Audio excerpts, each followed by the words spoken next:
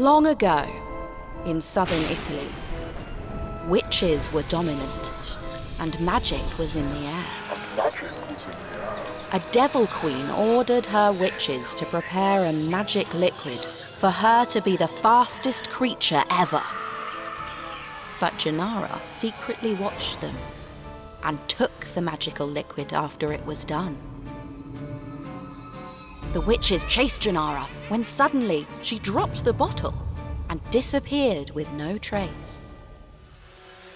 Hundreds of years later, magic appeared again in Benevento, especially in Stadio Ciro Vigorito.